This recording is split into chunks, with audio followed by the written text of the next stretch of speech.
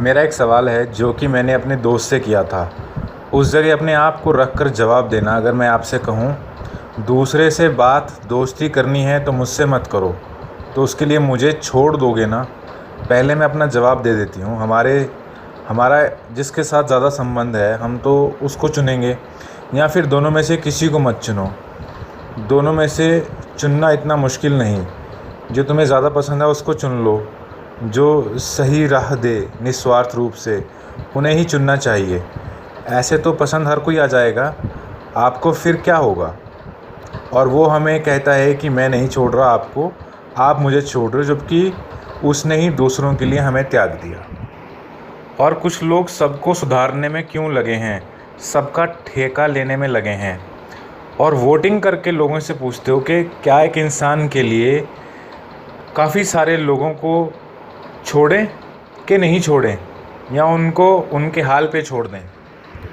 तो पहले तो मैं आपके इस सवाल के जवाब दे दूं कि आपने जो कहा है कि अगर कोई नया शख्स हमारी ज़िंदगी में आता है तो क्या हमको पुराना शख्स छोड़ देना चाहिए। देखिए, मैं आपको बिल्कुल वही बताऊंगा जो मेरी सोच है। अब आपको मेरी सोच शायद अच्छी लगे या ना लगे, वो आप पे डिपेंड करता है, लेकिन मैं बिल्कुल आपको अपना ओपिनियन बताऊंगा।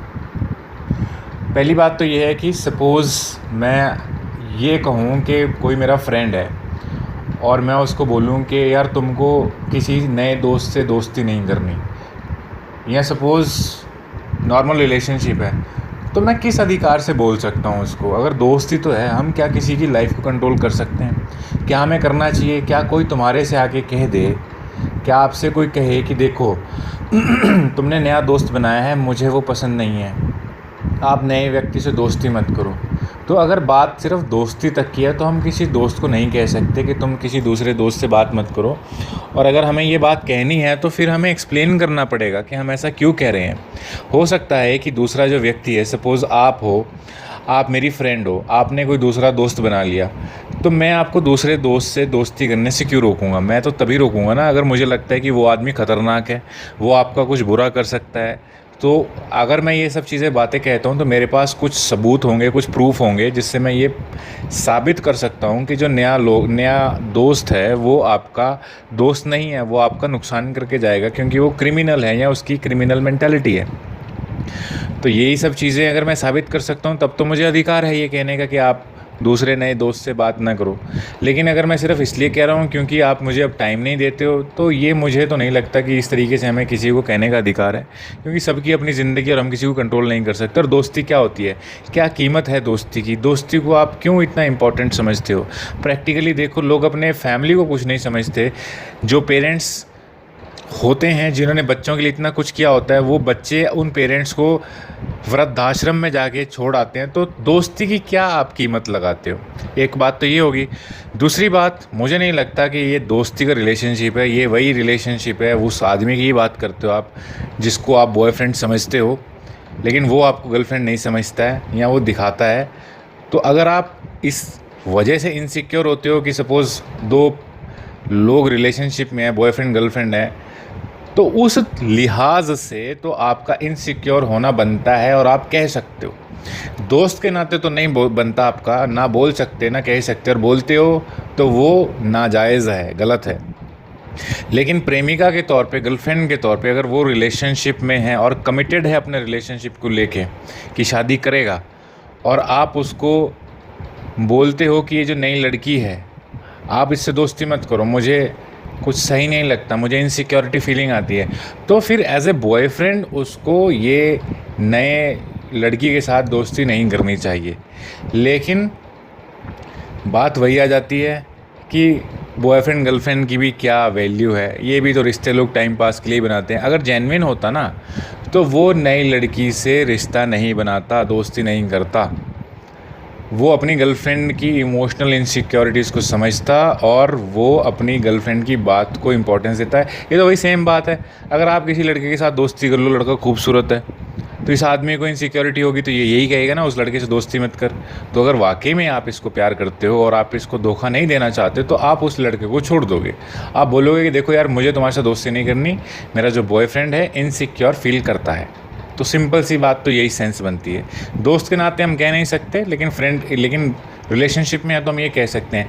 लेकिन बात फिर वही आ जाती है, कौन किसकी इतनी केयर करता है? पति पत्नी को धोखा देता है, पत्नी पति को धोखा देती है। कहाँ बॉयफ्रेंड गर्लफ्रेंड, जो कि रिलेशनशिप जिसकी कोई कागज़ों में भी कुछ, जो कागज़ों में भी नहीं है, मतलब जिसका कोई अस्तित्व ही नहीं है। और आपने एक और बात कही कि वह लोगों से वोटिंग कराता है कि एक व्यक्ति के चक्कर में दूसरे लोगों को छोड़ दूँ क्या? समाज सेवा ना करें? तो यार समाज सेवा के नाम पे उसने करने मज़े ही हैं। आपने भी लिखा है कि समाज सेवा भी करनी है, फ्लर्टिंग भी करनी है। तो सीधी सी बात है, आपको ये चीज़ अच्छे से समझ क्यों नहीं आती? मुझे नहीं समझ में आता, क्योंकि मैंने अच्छे से समझाई हैं ये बातें। आपको इस आदमी में क्या अच्छा लगता है ऐसा कि जो आप इसको छोड़ ही नहीं सकती? कुछ भी तो इस आदमी में अच्छा ही नहीं है। ये तो समाज सेवा भी लड़कियां फंसाने के लिए करता है अपने जाल में। इसे कोई समाज सेवा से मतलब नहीं है। अगर समाज सेवा में वो लड़कियां निकाल दी जाएं तो ये समाज सेवा करना छोड़ देगा, फिर इसको समाज सेवा में भी कोई इंटरेस्ट नहीं आएगा। तो ये आदमी कैरेक्टरलेस है। मैंने आपको पहले भी कितनी बार बताया है, अगर आपको इसके साथ रहना है तो फिर ये जैसा है इसको ऐसे ही अपना लो। सुधार आप इसको सकते नहीं। आप कहाँ बेशर्म आदमी से मॉरल वैल्यूज़ की उम्मीदें लगा के बैठे हो? यहाँ तो आप इसको छोड़ दो। अगर नहीं छोड़ सकते तो फिर इसको ऐसे ही अपना लो।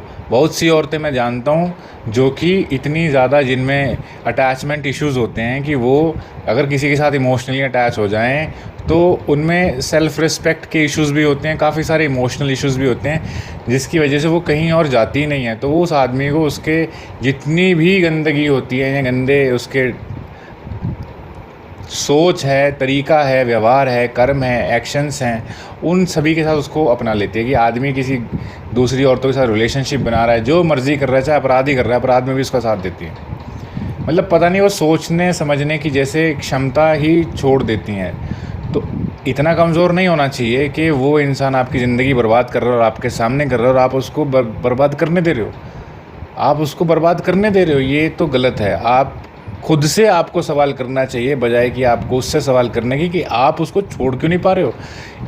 क्या है ऐसा उसमें, कौन सी ऐसी उसमें खासियत देख ली, कितना खूबसूरत है, कितना इंटेलिजेंट है, कि इतना बेशर्म आदमी। आप इसी से ही सवाल करते रहते हो, इसके बारे में सवाल पूछते रहते हो कि वो ऐसा करता है, ऐसा करता है। वो ऐसा ही करेगा। और ऐसे जो अपनी बहन तक को ये बोलता है कि तू पॉर्न मूवीज़ देखा कर, ज़िंदगी में इंजॉय करो और जितने मर्ज़ी रिलेशनशिप बनाओ, जो अपनी बहन को इतना ज्ञान देता है, तो वो क्या ही आपको समझेगा और क्या ही वो लॉयल्टी दिखाएगा, क्या ही वफ़ादारी दिखाएगा। तो इस आदमी के साथ तो बस यही कहूँगा, ये बेशर्म आदमी है। इसकी बातों पे मत ध्यान दिया करो, आप इसके एक्शंस पे ध्यान दो कि ये करता क्या है। कहता तो बहुत कुछ है, इसके कहने पे ना जाएं। उसके बाद फिर आपने एक सवाल पूछा है कि सर मैं तो ग्रुप में पोस्ट करती हूँ, लोग मेरे को मैसेज करने लग जाते हैं, पूछते भी नहीं हैं कि, मतलब सोचते भी नहीं हैं कि दूसरे को कैसा लगेगा, और क्या इतने सारे दोस्त हैं फिर भी क्या इनका दिल नहीं भरता। तो बेसिकली इनका कोई दोस्त नहीं है, ना इनको दोस्ती करनी है, ना ये दोस्ती किसी से करते हैं, ना निभाते हैं। इनको टाइम पास करना है, वो भी लड़कियों से। कोई लड़की अगर मैसेज करती है, पोस्ट करती है, तो ये उसके पीछे लग जाएंगे। ये एक वक्त पे किसी एक लड़की पे फोकस नहीं करते हैं, 8-10 लड़कियों के ऊपर इनकी नज़रें रहती हैं और ये कोशिश करते रहते हैं। 8-10 को मैसेज करते हैं, 1-2 से रिप्लाई आ जाता है, फिर उसके साथ लग जाते हैं।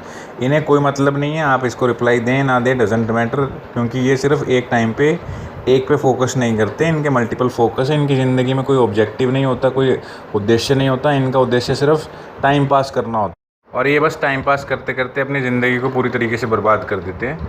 और जिन लड़कियों के संपर्क में आते हैं, जो लड़कियां इनके ऊपर विश्वास कर लेती हैं, उनका भी भविष्य बर्बाद कर देते हैं, उनको गलत तरीके की बातें बता के और उनको मिसगाइड कर करके। क्योंकि लड़की को ये लगता है कि ये लड़का समझदार है, क्योंकि ये लड़कियों की तारीफ़ें करते हैं, झूठी तारीफ़ें करते हैं। लड़कियों को लगता है कि ये आदमी सही है, फिर लड़की अटैच हो जाती है, फिर इनसे बातें करती है, फिर ये झूठी तारीफ़ें करते करते फिर उनसे गंदी बातें करने लग जाते हैं। फिर जब इनका दिल भर जाता है, फिर ये छोड़ देते हैं, फिर लड़की बर्बाद हो जाती है। फिर लड़की के सामने मूव ऑन का सवाल आ जाता है कि मूव ऑन कैसे हों। तो बस ऐसे लोग यही सब करते हैं। तो सबसे आसान तरीका यही है कि ऐसे लोगों के मैसेजेस पे इतना ध्यान नहीं देना चाहिए, क्योंकि जितना ध्यान दोगे आप ही डिस्टर्ब हो जाएंगे। इसलिए इतना ध्यान देना ही नहीं चाहिए, क्योंकि ये एक वक्त पे काफ़ी लोगों से बातें करते रहते हैं और कुछ नहीं करते। ये एक सवाल आपने और पूछा है कि सर पापा कभी मम्मी को नहीं समझाते कि वह मुझसे प्यार से रहे, हमेशा मुझे ही शिक्षा देते हैं। पापा को सिर्फ मम्मी का दर्द दिखाई देता है, मुझसे हमेशा नफ़रत करते रहते हैं और खाने को भी बीच में ले आते हैं, मतलब मेरा बना नहीं खाते। जिस दिन लड़ाई होती है अपना अलग बनाते हैं और ऐसा महीनों महीने चलता रहता है और बात भी नहीं करते, चुप रहते हैं। और जब मैं रोती हूँ तो मम्मी उठकर बाहर चल देती है ताकि उनको मेरा रोना ना सुनना पड़े, मतलब उन्हें सिर्फ़ अपने आप से मतलब है। उनकी तकलीफ़ हुई तो वो उठकर चल दी। बेसिकली इसी को नेगलेक्टेड पेरेंटिंग कहते हैं, जहाँ पे आपको शिक्षा दी जा रही है। तो पहली बात तो ये है कि वो जो आदमी है, मुझे नहीं पता आपकी कहानी क्या है, इसलिए मैं कुछ ज़्यादा इसमें डिटेल में तो मैं नहीं बता सकता, लेकिन बस मैं यही कहूँगा कि ये सब अपने ही कर्म होते हैं पिछले जन्मों के, जिस वजह से आपको ऐसे पेरेंट्स मिले। कि जैसे आपने कहा कि वो आपको ही शिक्षा देते हैं, मम्मी को नहीं देते, तो इससे ये भी हो सकता है कि वो डरते हों कि अगर वो पत्नी को कुछ बोलेंगे तो वो लड़ाई ना करने लग जाए, वो दो बातें और ना सुना दे, वो बेइज्जती ना कर दे। तो आदमी लड़ाई से डरता है, या वो उनको ऐसा लगता है कि इस औरत को समझाने का कोई फ़ायदा ही नहीं है क्योंकि इसको समझ तो कुछ आता नहीं है। तो फिर लड़की को समझा दो कि तू समझ जा, तू समझदार है, तू मत लड़ाई कर। लेकिन फिर आपने ये कहा कि अगर कोई लड़ाई हो जाती है तो फिर वो महीनों महीने तक नहीं उस चीज़ को सॉल्व करते, खींचते ही रहते हैं। और आपकी जो मॉम है वो भी उठ के चल देती हैं, कोशिश ही नहीं करती आपसे बातचीत करने की। तो ये तो बहुत ही ज़्यादा गलत व्यवहार है। या तो आपने उनके साथ कुछ ऐसा किया कि उनके दिलों में आपके प्रति इतनी नफ़रत हो गई, या ये क्या ये शुरू से ही था? अगर शुरू से नहीं था तो फिर आपने कुछ ऐसा किया, आप उनके अगेंस्ट में गई होंगी, आपने उनकी बातें नहीं मानी होंगी, जिस वजह से उनके दिलो दिमाग में आपके प्रति गुस्सा है। अगर ये व्यवहार वो शुरू से ही ऐसा करते हैं तो इसका मतलब फिर उनमें ही थोड़ी अकल की या समझदारी की कमी है। लेकिन फिर भी हैं तो वो आपके पेरेंट्स ही, और जैसा मर्ज़ी आपके साथ व्यवहार करे, आपको ही समझदारी से पेश आना चाहिए।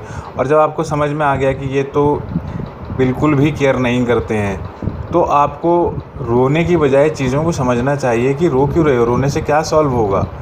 जो भी आपकी समस्या हैं, जैसे कि आपको शरीर की दिक्कत है, कोई सेहत की समस्या है, तो शरीर को ठीक करने की कोशिश करें। आपने एक और मुझे क्वेश्चन पूछा है कि लाइफ में इतनी बीमारियां हो जाएं तो क्या करें। जब कोई भी बीमारियां हो जाती हैं किसी को तो उसको कुछ भी अच्छा नहीं लगता है। क्या अच्छा लगेगा जब उसको कुछ ठीक ही नहीं है तबीयत।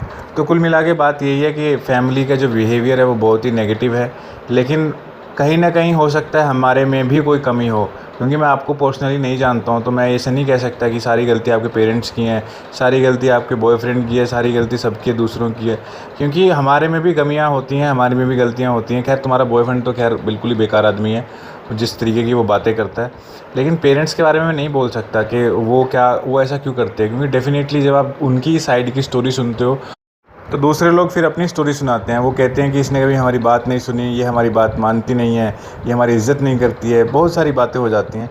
तो अगर ऐसी ही कुछ बात है, मैं बस यही कहूँगा कि आप अपने पेरेंट्स की इज़्ज़त करें, चाहे जैसे भी हैं आपके पेरेंट्स। और ये पुराने जन्मों के आपके कर्म ही हैं जो आपको ऐसे पेरेंट्स मिले जो आपकी केयर नहीं करते। लेकिन अगर आप केयर करोगे उनकी, एटलीस्ट वो केयर नहीं करते, आप केयर करो। इससे क्या होगा कि आपके जो कर्म है ना वो सुधरेंगे, एटलीस्ट आपके जो फ्यूचर है वो इम्प्रूव होगा, क्योंकि इंसान के कर्म ही किस्मत बनते हैं। पिछले जन्मों के कर्म ही हैं जो हमारे सामने आते हैं। आपने कुछ ना कुछ ऐसे कर्म किए जिससे कि आपकी सेहत ठीक नहीं रहती, आपके पेरेंट्स आपकी केयर नहीं करते, लेकिन आप उनकी केयर करो। अपनी तरफ से आप बुरे मत बनो, और रोने की ज़रूरत नहीं है। अगर आपके पेरेंट्स आपका बनाया हुआ खाना नहीं खाते तो कोई बात नहीं, आप इसको पर्सनली दिल पे मत लो, वो उनकी इच्छा है। अगर आप उनके लिए बनाते हो, अगर वो नहीं लेते तो वो उनकी नासमझी है, इसमें दोष उनको लगता है, आपको नहीं लगता। इससे वो अपने कर्म खराब कर रहे हैं, क्योंकि उनको जो फ़र्ज़ निभाना चाहिए, ड्यूटी निभानी चाहिए अपने बच्चे के प्रति, वो नहीं कर रहे हैं। तो इसमें वो अपनी किस्मत ख़राब कर रहे हैं। और रोने से कौन सी समस्या का समाधान हो सकता है? किसी समस्या का समाधान नहीं है। जब इंसान को कुछ नहीं आता, कुछ समझ में नहीं आता, या तो उसको गुस्सा आता है या रोना आता है, लेकिन रोना और गुस्सा दोनों से ही कुछ नहीं होता। आपको बीमारियां हैं, कुछ आपने बताया था, कुछ समस्या है। मैं इस टॉपिक पर एक अच्छी वीडियो बना सकता हूँ मुझे, क्योंकि इस शरीर विज्ञान के बारे में काफ़ी अच्छी समझ है।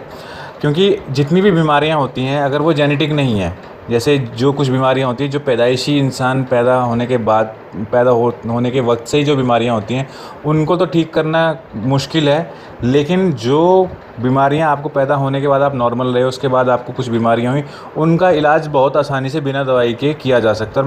मैं उसके लिए एक अलग से वीडियो बना दूँगा, लेकिन फ़ायदा कुछ नहीं है अगर आप उसको इम्प्लीमेंट नहीं करना चाहते। और मैं आपको एक बात बताऊंगा, आप चाहे रोते रहो, चाहे आप नॉर्मल रहो, किसी को कोई फ़र्क नहीं पड़ता। आप शिकायतें करते रहो, मेरी तबीयत ख़राब है, मेरा बॉयफ्रेंड ख़राब है, आपको सॉल्यूशन की तरफ सोचना चाहिए। सॉल्यूशन ओरिएंटेड थिंकिंग पे फोकस करो।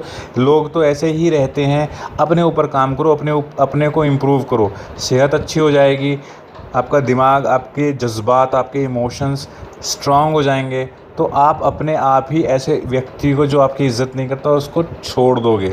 अगर आप इस आदमी को छोड़ नहीं पा रहे तो कहीं ना कहीं आपकी इमोशनल वीकनेसेस हैं। अब आपको मेरी ये बातें ज़रूर कड़वी लगेंगी, लेकिन पर्पज़ मेरा आपको ठेस पहुंचाना नहीं है। लेकिन अगर मैं सही बात को सही नहीं कहूँगा तो फिर आपको पता कैसे चलेगा, आप कैसे इम्प्रूव करोगे। और मुझे जितनी मैंने आपसे बातें आपकी सुनी है या समझी है, तो मुझे ऐसा लगता है आपको इमोशनली भी अपने ऊपर काम करना है, फिज़िकली भी करना है, और अगर आप करोगे तो आप ठीक हो जाओगे। थोड़ा थोड़ा सा अपने ऊपर ध्यान देना शुरू करो, लोगों के ऊपर से ध्यान हटाओ। बॉयफ्रेंड क्या करता है, क्या नहीं करता है, पेरेंट्स आपकी इज़्ज़त करते हैं, क्या नहीं करते, उन चीज़ों को छोड़ो। आप अपनी तरफ से अपने पार्ट पे कुछ गलती मत करो, अपनी तरफ से कुछ गलती मत करो। पेरेंट्स की आप इज़्ज़त करो, आप जो भी आपकी ड्यूटीज़ हैं पेरेंट्स के लिए आप वो करो। अपना ख्याल रखो, अपनी सेहत के बारे में ख्याल रखो। थोड़ा सा जितना भी कर सकते हो, जो भी अपने लिए कर सकते हो वो करो। लोगों के ऊपर ध्यान देना छोड़ दो, क्योंकि लोग तो छोड़ देते हैं एक दूसरे को, लोग नहीं केयर करते, कोई केयर नहीं करता। अगर कोई आपका साथ देगा तो आपका शरीर ही साथ देगा, आपका दिमाग ही साथ देगा, आपके जज्बात, आपकी इच्छा शक्ति, विल पावर। तो इन चीज़ों के ऊपर काम करो। फालतू में टाइम वेस्ट करने से क्या फ़ायदा है। लोग अपनी ऐसी फालतू में रिलेशनशिप में जाके, दोस्ती में क्या वैल्यू है, दोस्ती की क्या रिलेशनशिप की वैल्यू है, कोई नहीं किसी को पूछता। बस वही कामयाब है जो 2 पैसे कमाता है, उसकी थोड़ी सी इज़्ज़त है, जो कुछ नहीं कमाता उसकी कोई इज़्ज़त नहीं है।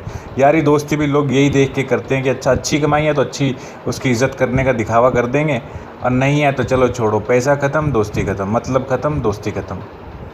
तो बस मतलब से दोस्ती, इन चीज़ों को, रिलेशनशिप, ये इन सब चीज़ों को सीरियसली मत लिया करो। अपने पे फोकस करो और अपनी सेहत को सीरियसली लो, इस पे काम करो, थोड़ी एक्सरसाइज करो। न्यूट्रिशन के बारे में मैं एक वीडियो बनाऊंगा आपके लिए, लेकिन वीडियो बनाने का पर्पस सिर्फ टाइम पास नहीं है, इसको अपनी लाइफ में आप उतारना, और अच्छे से समझा दूँ। अगर वो चीज़ें अपनी लाइफ में उतार ली तो आप बिना दवाइयों के भी स्वस्थ हो जाएंगी।